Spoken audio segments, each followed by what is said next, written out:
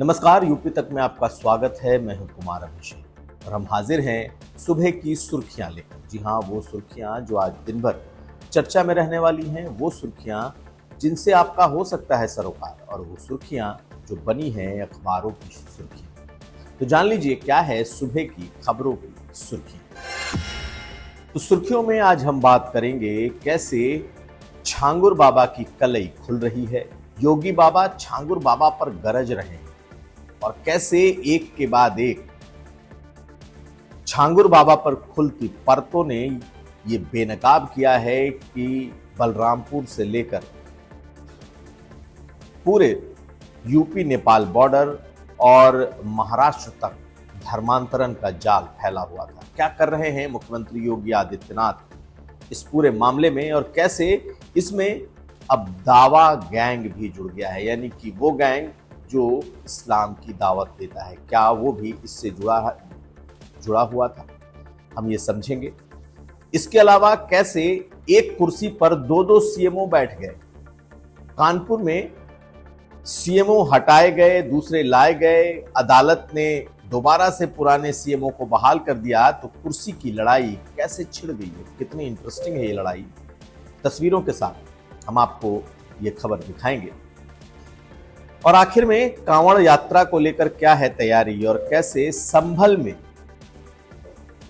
कांवड़ यात्रियों के लिए सड़कों को चौड़ा किया जा रहा है, जहां बुलडोजर चलाए जा रहे हैं। कहा तो ये भी जा रहा है कि ये वो मार्ग है जहां सांसद का घर है।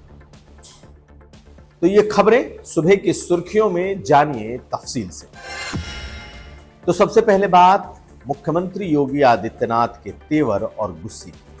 जी हां, इन दिनों मुख्यमंत्री योगी आदित्यनाथ के तेवर बेहद गर्म है, और गर्म है इस्लामिक धर्मांतरण कराने वाले एक बहुत बड़े सरगना गिरोह और उसके कथित बाबा छांगुर बाबा पर। जी हां, बलरामपुर का रहने वाला ये छांगुर बाबा मुंबई में दरगाह के बाहर अंगूठियां बेचा करता था, तंत्र मंत्र किया करता था, और वहीं से उसने ये दावा गैंग पकड़ा। जी हां, धार्मिक धर्मांतरण यानी कि इस्लामिक धर्मांतरण की उसने एक पूरी फैक्ट्री खोली, और स्थिति यह है कि अब वो पीर बनने के करीब पहुंच गया था, यानी कि लोग उसे पीर बाबा तक कहने लगे। लेकिन मुख्यमंत्री योगी आदित्यनाथ का बुलडोजर उसके विशाल आशियाने पर चल रहा है।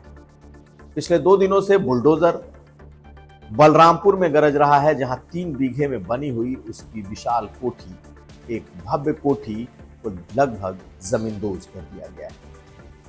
लेकिन सिर्फ ये कोठी तोड़ने तक बात नहीं है, उसके नेटवर्क को ध्वस्त करने की बात है। दरअसल अक्टूबर महीने में ही उत्तर प्रदेश सरकार, खास करके उत्तर प्रदेश की खुफिया एजेंसियों के रडार पर ये छांगुर बाबा आ चुका था।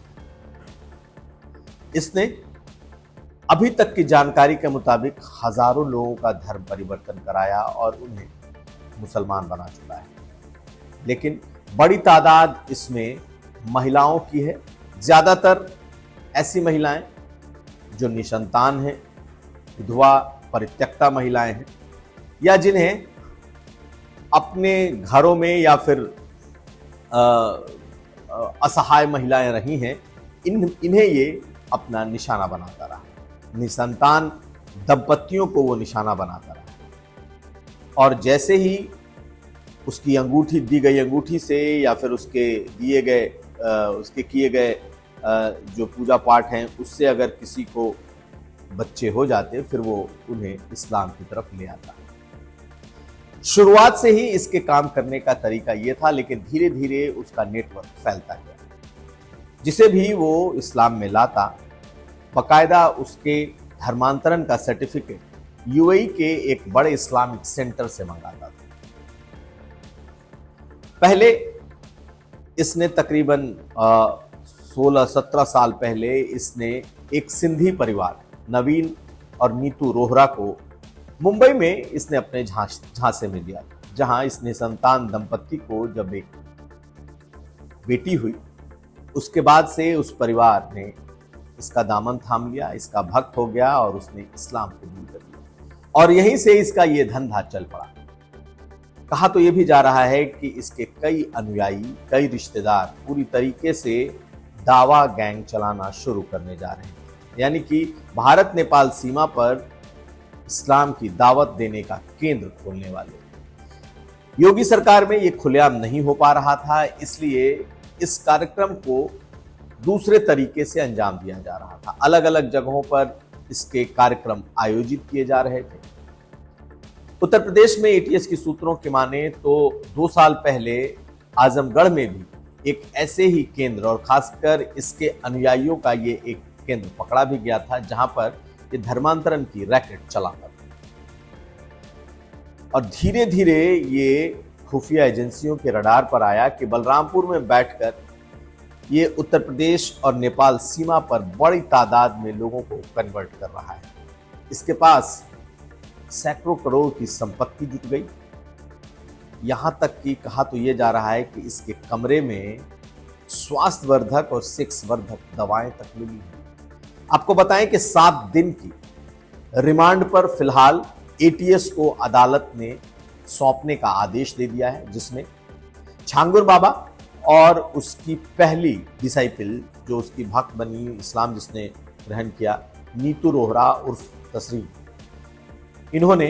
इन्हें अब खुफिया एजेंसियां इनसे पूछताछ करने वाली हैं। एटीएस को ये मिली है रिमांड, लेकिन पूछताछ खुफिया एजेंसियां करें। मुख्यमंत्री योगी आदित्यनाथ ने तो बाकायदा इसे जल्लाद तक करार दिया। सुनिए योगी ने कहा क्या आजमगढ़ में इसके बारे में। बलरामपुर में आपने देखा होगा एक जल्लाद को हम लोगों ने वहां पे भी गिरफ्तार किया है। कैसे वहां हिंदू बहन बेटियों के इज्जत के साथ खिलवाड़ करता था, पैसे में सौदेबाजी करता था, लेकिन अब ऐसे तत्वों के साथ सख्ती की जा रही है। तो आज भी उसके अलग अलग ठिकानों पर बुलडोजर चलने वाले हैं। कहा जा रहा है कि बलरामपुर में बुलडोजर और गरजेगा और इसके गिरोह के दूसरे अन्य लोगों की तलाश बहुत तेजी से चल रही है। अगली खबर, कानपुर का सीएमओ विवाद एक नए मोड़ पर दिखाई दिया। जी हां, याद करिए कुछ हफ्ते पहले कानपुर में सीएमओ को लेकर एक विवाद हुआ था। चीफ मेडिकल ऑफिसर जो जिले के होते हैं, कहा जा रहा है कि डीएम जितेंद्र प्रताप सिंह से उनका विवाद था। जितेंद्र प्रताप सिंह ने उन्हें ऐसा अधिकारी माना जो काम नहीं करता है और उसके बाद उनका विवाद इस कदर बढ़ गया कि डीएम ने बाकायदा शासन को चिट्ठी लिख दी कि सीएमओ को हटाया जाए। ये न तो मीटिंग्स में आते हैं, न मौजूद होते हैं, ना ही इनके समय में कोई काम हो रहा है। यही नहीं, जब मीटिंग में उन्हें बुलाया गया तो फिर अभद्रता जैसी बातें आई और उसके बाद ये मामला तूल पकड़ गया। लेकिन यहां एक कैच भी था। डीएम तो सीएमओ हरिदत्त नेमी के खिलाफ थे, लेकिन बीजेपी के कई बड़े नेता उनके समर्थक थे और उन्होंने शासन को चिट्ठी लिखा कि इन्हें हटाया नहीं जाए, ये अच्छा काम करते। यही नहीं, एक ऑडियो भी सामने आया जिसमें कथित ऑडियो जिसमें यह दावा किया गया कि सीएमओ ने डीएम के खिलाफ अभद्र भाषा का इस्तेमाल किया है। तो ये तो तमाम बैकग्राउंड था। जब सरकार ने जब मामले को देखा उसके बाद सीएमओ हरिदत्त नेमी को वहां से हटा दिया और नए सीएमओ उदयनाथ को वहां पर पोस्ट कर दिया। लेकिन कहानी यहीं शुरू हुई। हरिदत्त नेमी जो कि यूं तो दलित बिरादरी से भी आते हैं, वो सीधा अदालत चले गए और अदालत ने उन्हें दोबारा उसी पद पर बहाल करने के आदेश जारी कर दिए। तब तक सरकार ने उदयनाथ को नए सीएमओ को न सिर्फ ट्रांसफर किया बल्कि उन्हें वहां ज्वाइन भी करा दिया। यानी कि एक ही कुर्सी के लिए, कानपुर के सीएमओ की उस कुर्सी के लिए दोनों लोग तैयार हो गए। जैसे ही अदालत का आदेश आता है, हरिदत्त नेमी अपने सुरक्षा कर्मियों के साथ पहुंचे और उन्होंने उस कुर्सी पर अपना दावा जमा दिया, बैठ गए और कह दिया कि अदालत ने उन्हें सीएमओ बहाल कर दिया है, अब वही सीएमओ है। भागे भागे जो नवनियुक्त सीएमओ थे उदयनाथ, वो भी पहुंचते हैं। दोनों अगल बगल दोनों की कुर्सी लगाई जाती है और विवाद देखते ही देखते मनोरंजक हो जाता है। लोगों को मजा भी आने लगता है कि कैसे कुर्सी के लिए दो दो सीएमओ एक ही दफ्तर में बैठ गए। अब दोनों की अपनी अपनी बातें। हरिदत्त नेमी का विवाद डीएम से था, शासन ने उन्हें हटा दिया था। वो अदालत से अपनी बहाली का पत्र लेकर आए थे और उन्होंने कहा कि अब वो बहाल हैं, वही सीएमओ हैं। दूसरी तरफ उदयनाथ जो दूसरे सीएमओ थे जिन्हें सरकार ने रखा था, उन्होंने कहा कि मुझे सरकार ने भेजा है, मैं सीएमओ हूं, मैं ही रहूंगा। खैर, कुछ देर के इस विवाद के बाद जो नए नवनियुक्त सीएमओ थे वो जाकर डिप्टी सीएमओ के चैम्बर में बैठे, लेकिन ये विवाद फिलहाल शांत होता नजर नहीं आ रहा। जब तक सरकार किसी एक पर फैसला नहीं करती, तब तक ऐसा लगता है कि ये विवाद शांत नहीं होगा। लोगों को मजा बहुत आ रहा है। अगली खबर, तो संभल में एक बार फिर बुलडोजर चल रहा है और इस बार जो बुलडोजर है वो कांवड़ यात्रा मार्ग के दोनों तरफ बने अतिक्रमण को हटाने के लिए। जी हां, हरिद्वार से जब जल लेकर कांवड़िए चलते हैं तो रास्ते में संभल शहर का एक हिस्सा पड़ता है। तकरीबन 3.5 किलोमीटर का ये रूट है और ये रूट रायसत्ती आर्य समाज मार्ग कहा जाता है। कभी यहाँ पर हिंदू आबादी हुआ करती थी और ये पुराना कांवड़ मार्ग हुआ करता था। ये शहर के बीचों बीच गुजरता है।